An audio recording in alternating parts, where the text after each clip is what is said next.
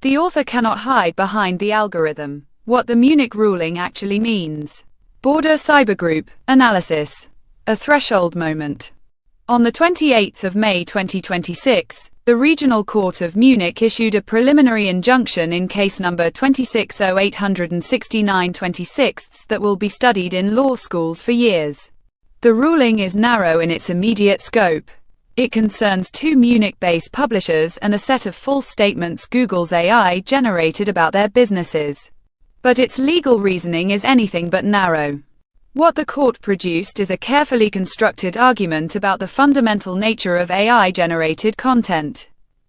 One that dismantles 2 decades of accumulated legal shielding in a few dozen pages, and replaces them with a proposition that is, once stated, almost embarrassingly obvious. If a machine writes something false and harmful on your behalf, you wrote something false and harmful. Google's AI overviews, the court found, are not search results.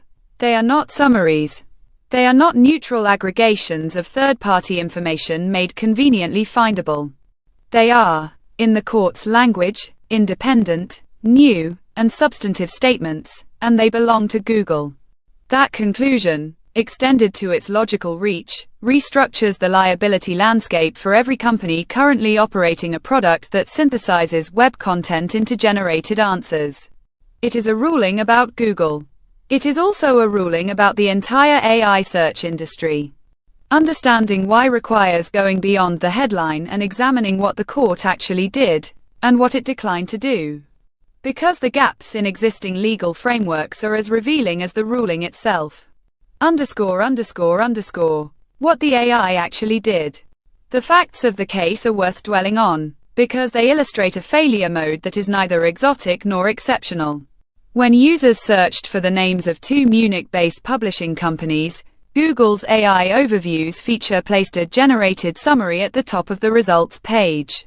That summary linked the companies to scams, subscription traps, and what the AI characterized as dubious business practices.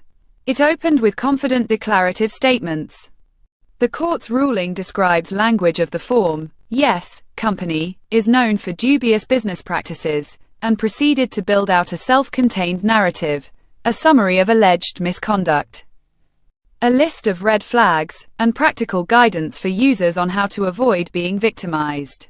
None of this appeared in any of the linked sources. The AI had retrieved information about other companies, genuinely problematic ones, and attributed their characteristics to the plaintiffs. It had then generated original framing, original structure, and original claims that did not exist anywhere in the underlying web content it had processed. The output was not a distortion of what the sources said. It was a fabrication that used the sources as raw material for something entirely new. This is the named entity disambiguation problem in its most consequential form. Two companies, superficially similar in some indexing dimension the retrieval system weighted, were collapsed into a single profile. The synthesis layer then constructed a coherent, authoritative-sounding narrative around that collapsed identity. The result reached every user who searched for either company's name, presented at the top of the page in a visual register that signals settled fact. The publishers sent a cease and desist letter. Google's response was inadequate. The case went to court. The legal architecture being dismantled. To appreciate the significance of what Munich did, it is necessary to understand what it replaced, specifically. The liability framework that has shielded search engines since the early years of the commercial Internet.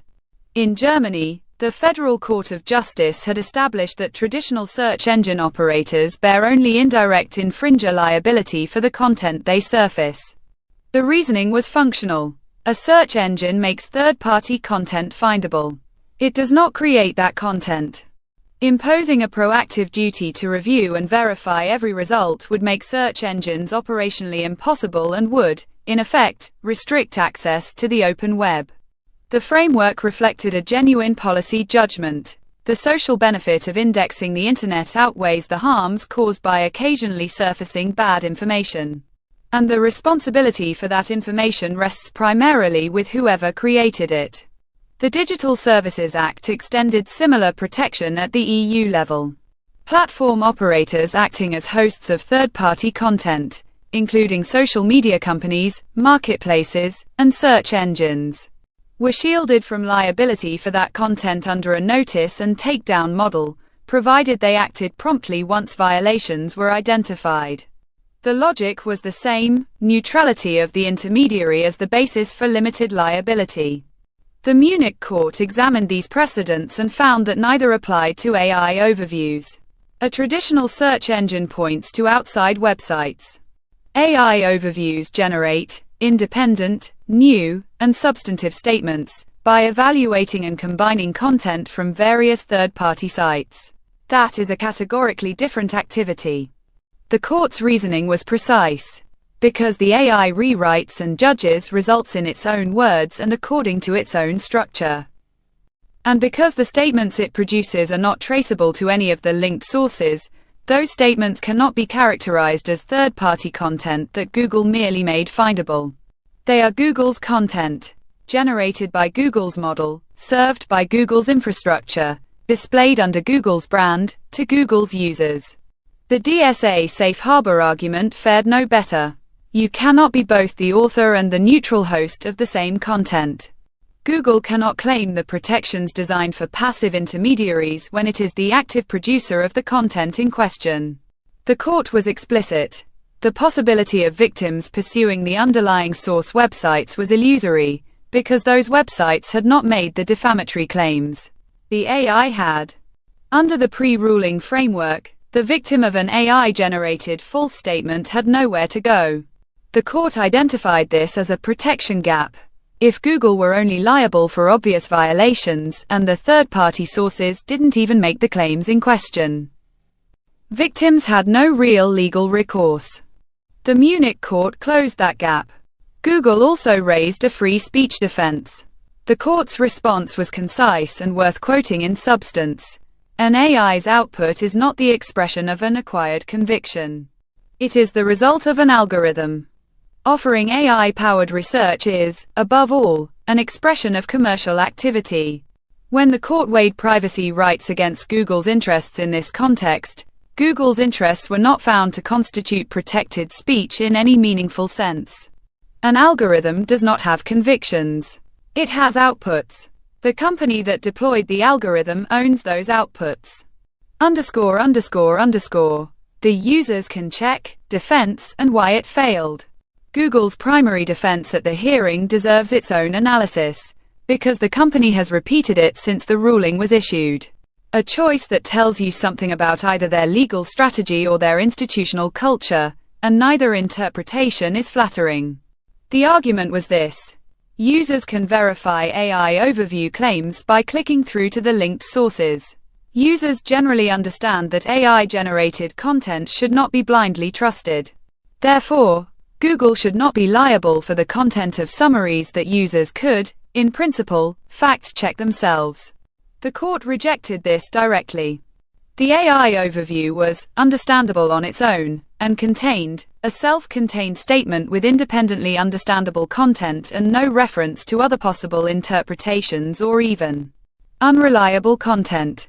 The court drew a parallel to press law, where publishers are liable for teasers that are understandable on their own, even if readers never read the full article. The empirical context here is important. Studies show that users almost never click on sources in AI overviews. Pew Research data cited in proceedings found that figure at approximately 1%. Google built a product specifically designed to provide answers without requiring users to click through to sources. That is the product's stated value proposition. And then argued in court that users should click through to sources. The court was not persuaded. The product cannot simultaneously claim to eliminate the need for further research, and then invoke the possibility of further research as a liability shield. There is a deeper problem embedded in this defense that the court identified, but that deserves further examination. Even if users wanted to verify an AI overview claim by checking the linked sources. The UMI analysis of Gemini 3's AI overviews found that 56% of the correct answers couldn't be backed up by the sources Google linked. The AI is giving answers whose origins users can't trace. The verification pathway Google was proposing does not actually exist for more than half of the cases where it would be needed. Users who followed Google's implicit advice, check the sources, would find that the sources do not contain the information being attributed to them. The defense described a verification mechanism that the product's own architecture makes structurally unavailable. The technical problem the ruling creates. The Munich ruling demands accountability for a product whose outputs are, by design, generated at the moment of delivery. This is not a detail. It is the central technical challenge the ruling creates, and it is worth examining carefully because the scale of the problem is what separates this from conventional content moderation. Google's AI overviews are generated through retrieval-augmented generation. When a user submits a query, the system retrieves the top relevant web pages from its index and feeds the text from those pages into its Gemini model, which synthesizes an answer. The entire process takes between 1.4 and 5 seconds. Every single AI overview is a unique piece of content that did not exist until somebody searched for it. There is no master copy. There is no editorial review. There is no human being who reads the output before it reaches the user. At Google's scale, this means the company is producing billions of unique editorial statements per day, each one potentially defamatory. Each one served to a specific user in response to a specific query, and none of them reviewed by any human being before publication. The court has now established that each of those statements carries Google's legal authorship. The implication is not merely significant, it is computationally vertiginous. Conventional content moderation, which is itself an enormous unsolved challenge, involves reviewing content that exists before it is published. AI overviews do not exist before they are published. They exist only at the moment of delivery. Pre-publication review is not possible with current architecture. What is possible, and what the ruling effectively mandates as a commercial imperative, is investment in the failure modes that produce harmful outputs in the first place. Those failure modes have been identified in the research literature for years. Retrieval failure. The system pulls the wrong documents, confusing entities with similar surface characteristics, precisely what happened in the Munich case. Synthesis failure. The model has the right sources but draws unsupported connections or generates claims the sources do not contain, the phenomenon behind the 56% ungrounded citations finding. Confidence calibration failure. The model presents uncertain or contested information with the same visual authority as established fact, giving users no signal about when the output might be wrong. Technical approaches to each of these exist. Knowledge graphs and entity disambiguation systems address retrieval failure. Faithfulness verification. A second-pass check that compares generated text against source documents, addresses synthesis failure. Uncertainty quantification, which flags claims where model confidence is low or sources conflict, addresses calibration failure. None of these are exotic research frontiers. They are engineering choices that have been deprioritized because deploying them adds latency, increases cost, and makes the product appear less definitively capable. A summary that says, sources conflict on this point, is a less impressive product than one that says, yes, this company is known for fraud. The market, until now, has rewarded the latter. The structural extraction problem. The Munich ruling arrives against a broader context that has received insufficient attention in the coverage of this case. The systematic economic relationship between AI overviews and the publishers whose content feeds them. Zero-click searches, where users receive an answer without visiting any external website, rose from 56% to 69% of all Google searches between May 2024 and May 2025. For news-related searches, that figure reached 69% in the year after AI overviews launched. Google search traffic to publishers fell 33% globally in the year to November 2025. Individual publishers have been hit harder. HubSpot estimates it lost 70 to 80% of its organic traffic. Chegg, the education platform, reported a 49% decline. Independent research conducted throughout 2024 and 2025 shows click-through rate reductions ranging from 34% to 46% when AI summaries appear on search results pages. Meanwhile, Google search revenue reached $63.07 billion in Q4 2025, up 17% year-over-year, while GenAI product revenue surged nearly 400%. The geometry of this arrangement is worth stating plainly. Publishers produce content. Google's AI consumes that content, synthesizes it into generated answers, and serves those answers to users who then do not visit the publishers. Google's revenue grows. Publishers' traffic declines by a third globally, with individual outlets reporting losses of 50, 70, even 90%. The AI Overviews feature is, in economic terms, a mechanism for extracting value from the web's content ecosystem while simultaneously reducing the traffic flows that make producing that content economically viable. The Munich ruling intersects with this dynamic in a way that has not been widely examined.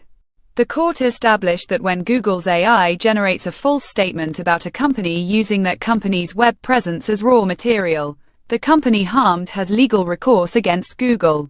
What the ruling does not directly address, though it creates the conceptual foundation for future arguments, is the prior question: whether the extraction of content for AI synthesis without compensation is itself a legally sustainable model as the regulatory environment tightens. The EU Copyright Directive, the Digital Markets Act, and the ongoing European Commission probe into AI overviews all bear on this question. The Munich ruling is one piece of a much larger legal structure that is assembling itself around the AI search industry in real time. Jurisdiction, precedent, and the portability problem. The Munich ruling is a preliminary injunction from a regional court in one EU member state. It will almost certainly be appealed. Google confirmed the appeal on June 12, 2026. Arguing that the ruling targets specific and narrow errors, not the foundational way AI Overviews displays web content. The company's position is that most AI overviews are accurate, and that occasional misinterpretations are common to all search features. That framing is worth examining critically. The court's reasoning was not premised on the error rate. It was premised on the nature of what AI overviews produce: generated content that did not exist in any source, presented as Google's authoritative synthesis. Even a 99% accuracy rate would not change the legal character of the 1%, any more than a newspaper's accuracy rate exempts it from liability for the stories it gets wrong. The argument that errors are common to all search features collapses precisely at the line the court drew. Because traditional search features point to sources that contain the statements being attributed, while AI overviews do not. The ruling's reasoning is, as observers have noted, structurally portable. It derives from first principles about the nature of generated content, not from specific provisions of German law that would not apply elsewhere. The Munich court's logic aligns with the EU AI Act's emphasis on assigning responsibility to the deployer of AI systems rather than treating AI outputs as passively surfaced content. The full provisions of the AI Act applicable to high-risk systems enter application on the 2nd of August 2026, less than 2 months from the date of this writing. The European Commission's enforcement powers activate simultaneously. China has issued its own court ruling on AI hallucinations. The legal systems of 3 major economic blocs are independently converging on the same structural observation. Any jurisdiction examining the same technology, a model that generates new statements from web sources, presents them as authoritative answers, and serves them at scale without editorial review, could arrive at the same conclusion by examining the same facts. The question is not whether Munich's specific precedent travels. It is whether the reasoning travels. And it plainly does. What this means for the industry beyond Google. The ruling names Google because Google is the defendant. But the court stripped the search engine liability shield from AI summaries, a ruling that, if it holds, could reach far beyond Google to every AI answer engine. OpenAI's ChatGPT with web search, Perplexity, Anthropic's web-enabled models, Microsoft's Copilot integrated into Bing. All of these products perform some version of the same operation. They retrieve content from the web, synthesize it into generated answers, and present those answers to users as authoritative responses to their queries. The legal exposure is not identical across these products. The degree of synthesis, the visual authority of the presentation, the availability and legibility of source citations, and the presence of uncertainty markers all vary. Perplexity, for example, presents inline citations in a more legible format than Google's AI overviews and has experimented with more explicit hedging. These differences may matter at the margin when courts assess whether the product's design adequately signals its limitations.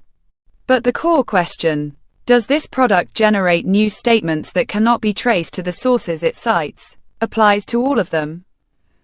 And the Munich court's answer to that question is the same regardless of which company is deploying the model. The practical implication is that every company operating in this space needs to engage with the technical failure modes described above not as future research priorities but as current engineering requirements. Faithfulness verification, entity disambiguation, and confidence calibration are no longer optional features that can be deferred until the market demands them.